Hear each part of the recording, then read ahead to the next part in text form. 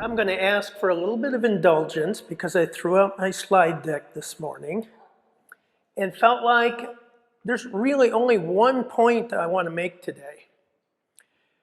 If you experienced any fun during this, how many experienced a little bit of fun and laughter? That's the point. You experienced what he was experiencing. That's called empathy. That's what I'm concerned about. I'm going to give you some statistics, but I want to talk about what's happening to us. Now, I'm a futurist, which means I just don't look at what's going on now, but I look at unintended consequences. And I look at the systems that drive these things. What I want to lay before you are just a couple of ideas to help us go deeper in our thinking about what we're trying to solve. It's a very human thing. When you think about the primary socializing institutions we have, what are they? Schools, work, the marketplace. And what you experience with empathy, it's something in your brain called the mirror neuron. And you can either build it, shut it down, or let it atrophy. When we shut it off, we objectify others, we put them into categories. They become enemies. When we turn it on, I can put myself in somebody else's shoes. And I can see the world through their feelings and their eyes. It's an instinct. All of this started for me asking the question, watching the social fabric. How many are a little bit concerned about our social fabric? Yeah. So I decided to pull one thread just to see where it would take me, and that was the empathy. And it happened. I do research in education as well. And I started hearing teachers talking about kids coming back not ready to learn. And that was curious to me. What they were really referring to are the social and emotional skills. Can't self-regulate, don't play well, can't follow instructions. That's all emotional stuff, self-regulation. You can't do cognitive work if you're not self-regulated. Stress is one of those things that takes you off self-regulation. What we don't realize is that over the past 2 years, Dr. Jernigan says that what we've gone through is similar to wartime conditions. We've gone from a population of about 5% experiencing PTSD up to about 30% on the high numbers. We know what the other mental health things are. So if we're going to drive towards doing whatever, work wherever, whenever, however, with no institutional framework to rebuild social capital, that concerns me. I think it's a design issue. Deming said that the system is perfectly designed to create the results that it's getting. So when I look at several attempts and interventions to get people back and they don't do it, to me that's a system design issue. It's not an individual issue. Trying to get leaders to be involved? Great. But if the system is the same, then it'll drive the same behaviors. Now, place and design is a powerful way to help shift behaviors. How many know who Nicholas Christakis is? He's a social network designer. Well, you know, if you take the carbon atom, depending on how you design it, you can get either graphite or a diamond. It's all about design. And he talks about designing social networks. You can design a social network that is at each other's throats, or one that's very cooperative and collaborative. Design is powerful. Now, one of the things the pandemic did is it unleashed new technological capabilities we've had since about 2007 with the iPhone. And we've all become experts in virtual meetings. Teams, how many are now experts in Teams? Or Zoom? It was always there, we just never thought we needed it. Marshall McLuhan says the medium is the message. Every medium has its own built-in biases, its own strengths, at the expense of others. When we went to this virtual environment, we traded content for context. So last night, how many of you had really good conversations that you haven't had in a long time? It was like a drink of fresh water, wasn't it? I just didn't even look at the agenda. I just sat down. I had 4 really in-depth conversations. I found with Mara over here that we grew up in the same city. She went to a competing high school. We went to the same college. We're somewhat contemporaries in the industry. That's context, right? I have a whole new relationship with her that you can't get in a 2-dimensional environment. And then when I was talking to Sarah, and she nailed it. She said this new virtual environment is efficient, but not effective. I said, wow, that's good. This venue here, I'm getting ready to go to another conference in real estate in Chicago. How many are going to that conference? You know that's going to be a different experience, right? It's going to be about 2,000 of our closest friends. It's going to be content heavy, no time to process or breathe, and we're just going to kind of run, scurry, because that's what we traditionally do. That's why I love this event, because I get to talk and think.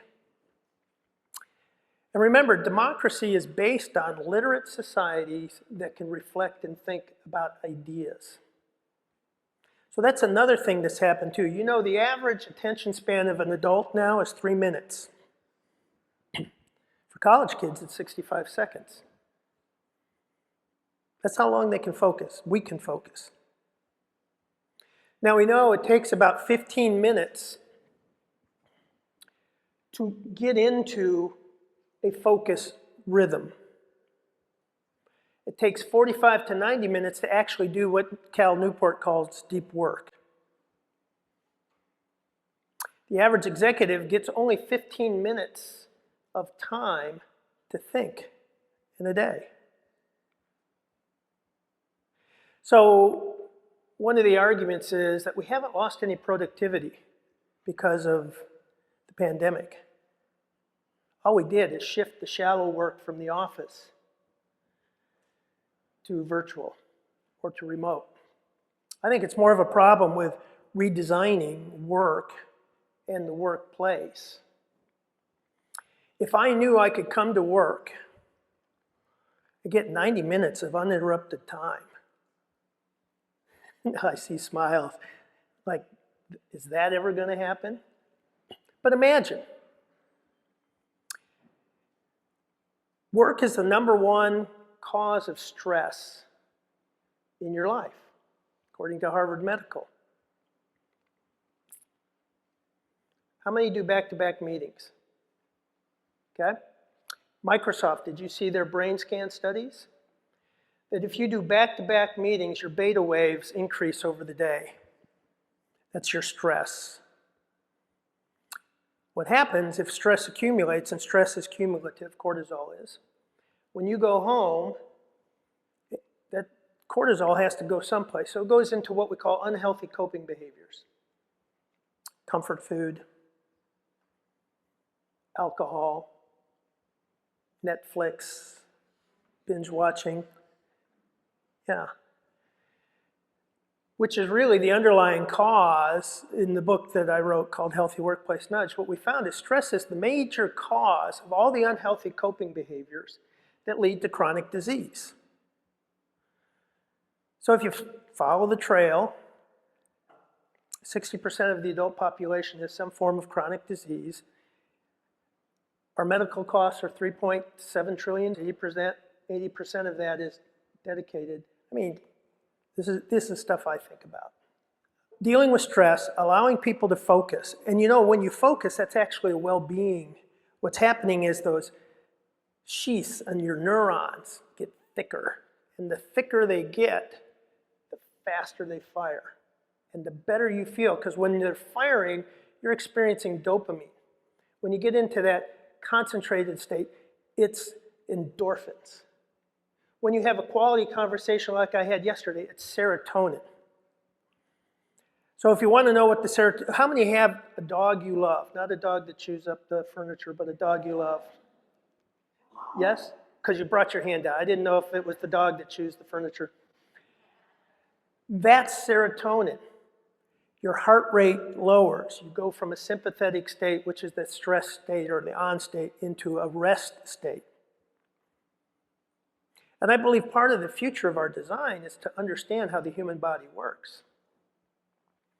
So that when you come into the office, the first thing you're going to experience is a serotonin release and a drop of cortisol. So it has to be social when you come in. If you go to some of the best schools, elementary schools, they start out with a greeting circle for the kids, a little bit of 2 to 3 kids doing little puzzles together to get that social energy going before they get into cognitive work. Because the kids coming in are amped up, right? How many have taught before, anybody? Okay. So first thing, they're amped up and you got to figure a way to get them down. Well, adults are no different. You got a commute coming in. By the way, McKinsey says that's the #1 obstacle is the commute. And I've got some ideas on how you can transform that. But think of performance like you would an athlete when we're coming into the workplace. So you have to warm up, then you perform, then you recover. No meeting should be more than 45 minutes. In Microsoft study, what they found is if you've got at least a 10-minute break in between the meetings, your beta waves stay at baseline. In other words, they don't increase. Now, that doesn't mean you get online and start checking. You don't want to do that. And retraining, how do we do deep work, again, that's going to be retraining. So what we want to be able to do is not necessarily come back to the office, but come together. This is going to fill my bucket. This experience for these next 2 days is going to fill my bucket for a while, right? We need these bucket-filling experiences. And especially for new people that we're onboarding. I have found over the last 2 years, new people coming onto projects that are virtual, they flounder. Absolutely flounder. I also have found that conflict is higher. I'm dealing with more drama in the workplace. So if Josh and I are having trouble, but we never get together, I create a story about it, right? It's called NIMSU. You all know NIMSU? No information, make shit up. And so that's what's been going on a lot because we don't have the mediating environment of sitting across from each other and talking. So I have a big concern, not necessarily that we embrace hybrid or whatever, but we think about these kinds of times, social times, to fill our buckets. We need our buckets. We're social animals, right?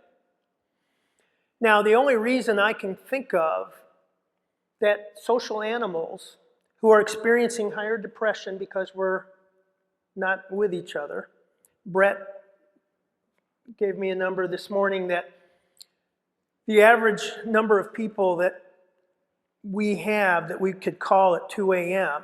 for an emergency is 1. Is that right, Brett? 30% doesn't even have 1. And the average is 1.5. If we're social animals and we need our buckets filled, but we prefer to stay home, that tells me more of that's an indictment of what they don't want to come to. You know, work before the pandemic is the 5th leading cause of death. And heart attacks go up 20% on Mondays. That's where we need to put the work. We've gone through an existential shift.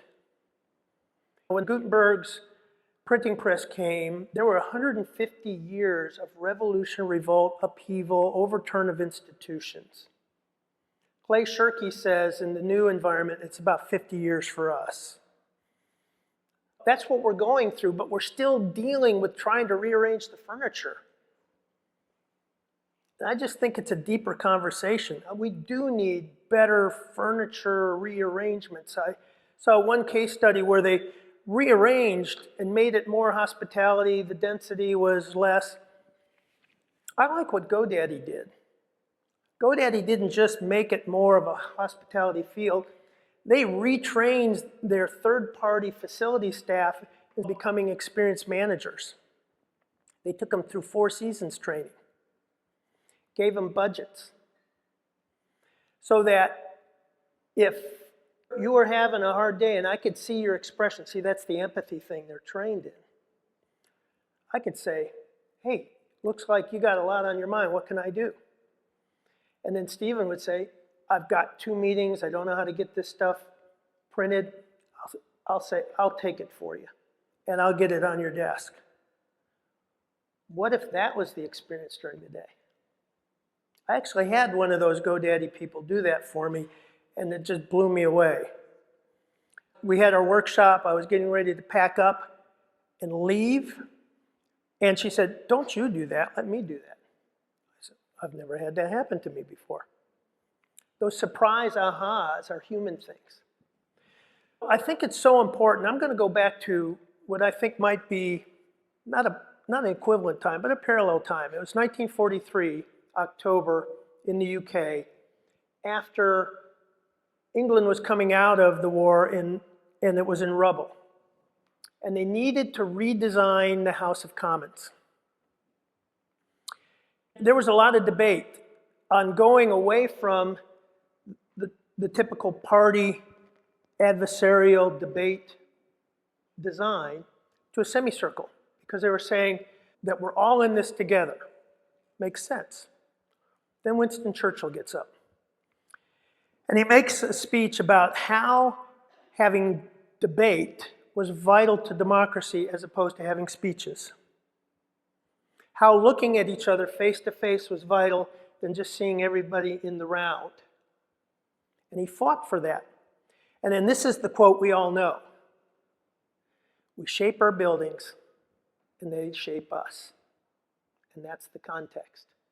I think we can do deeper work, and I want to spur some conversation. I hope this was provocative, and if you remember one thing, it's all about the empathy. Thank you very much.